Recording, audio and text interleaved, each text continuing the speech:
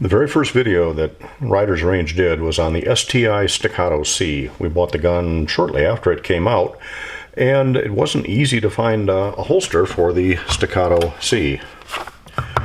The rail is not a deal breaker. You can find holsters for commander size or actually officer size 1911s with a rail, but that squared off trigger guard made it a challenge.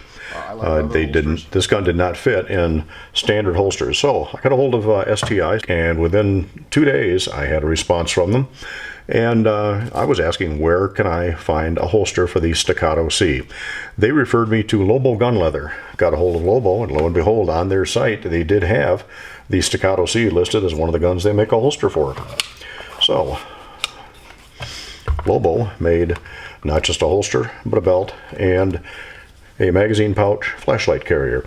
I do have to add at this point that I paid full retail for these. There's no promotion involved here. There's no special consideration for Riders Range.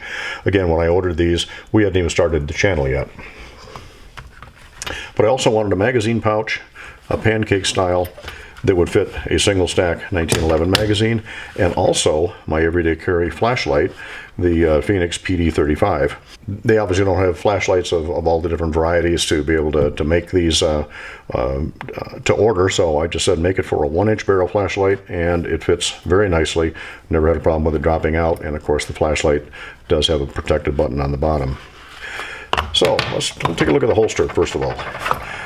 It is designed for the squared off trigger guard of the Staccato C, and it's also designed for a rail, and this is a very, very nice fitting holster. I have worn this quite a bit. It's got a little bit of wear on the inside of the finish. I ordered it with a full sweat shield, and this sweat shield is nice in that not only does it protect the safety on the gun, but it allows me to get a full grip on it when this gun is holstered. There are some that the gun sits down far enough, or the sweat shield is so large that you can't get a good grip, but this is cut out in all the right places, and it's also cut out and molded so that it doesn't push on the Staccato C's magazine release, which I think if you saw the first video, you know that I have problems with this magazine release in the first place, and it's going to have a slightly longer one, but even with a longer magazine release, there's not going to be any issue of clearance on this holster.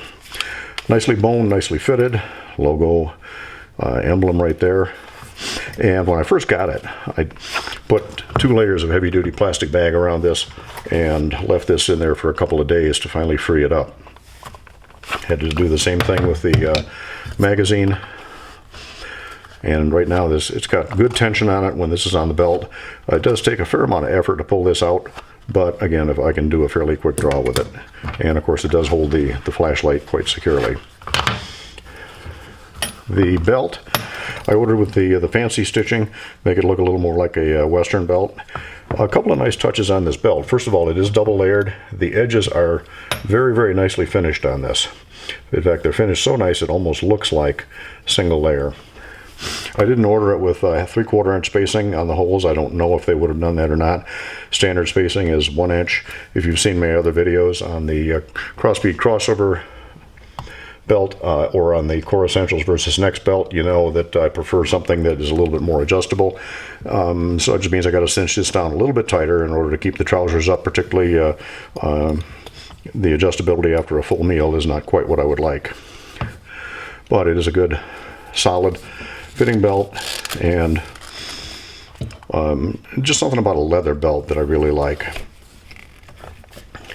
Nice touch on this though is where it's double layered here, but instead of just stopping one layer and having just the outer layer work for the loop around the buckle and held in by the Chicago type screws, this actually has, it appears as though both layers were thinned, and it's still double layer all the way down past the loop, and it thins it out some and still makes it wearable without giving a huge contour or huge profile to it, and I like the way it fits, and that's some nice workmanship.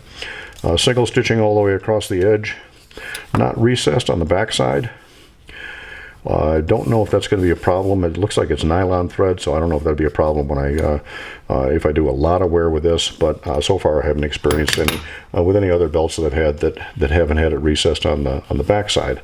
It is just a little bit recessed on the front, which is typical what you're going to get with a good saddle stitcher. This holster and this belt were made for each other, but the slots on the holster are just 1.5 inches. There is no play on this at all, which means when I get this on, it's not going to move at all. There is no up and down give because the slots are cut perfectly for the belt. And the same would be said for the magazine carrier. In fact, these are actually tighter than they are for the belt. So it takes a little bit to get it out, but once these are on, they're not going anywhere. Now you'll notice that on the holster, it's single stitching all the way around. Some holsters, like this 1836, have double stitching in the stretch points, or in the stress points rather. I haven't found that to be any kind of a problem with single stitching, as long as it's fitted right and it has good solid thread to hold it into place. So far, single stitching has not presented a problem with this particular gun. The cost on this whole rig is really pretty comparable to what you'd pay for a Galco or a DeSantis or something else in a mass market or mass produced. It did take about 8 weeks to get it, but the communication with the folks at Lobo Leather was very good. Anytime I had a question, they'd respond by email. And 8 weeks for something that's semi-custom. You aren't going to get this from Galco or DeSantis, particularly with the flashlight on it. You're not going to get one at this point for a Staccato C, at least not that I've found. So it was worth the 8-week wait, and again, I didn't really pay anything more for it. So Lobo Leather is good, and I may very well order it again from Lobo Gun Leather, and I do like them. I'll put a link in the description below. And again, this is not a paid promotion. I get no special consideration. I get no kickbacks. This isn't even an affiliate marketing issue. I just happen to like the product and like what Lobo Gun Leather put together for the STI Staccato C at Riders Range. If you like these videos, we always appreciate a thumbs up.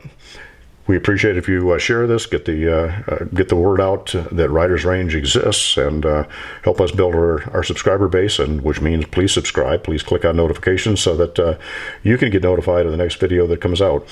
A comment on this video, please drop one in the comment section below. A comment on anything else that you'd like to see on Riders Range, or that you've seen in the past that you just generally want to make a comment on, drop it to our email at info@ridersrange.com. Go to our website, www.ridersrange.com, for a complete playlist and links to all of our videos. We hope you enjoy these videos, and we want to thank you for visiting Riders Range.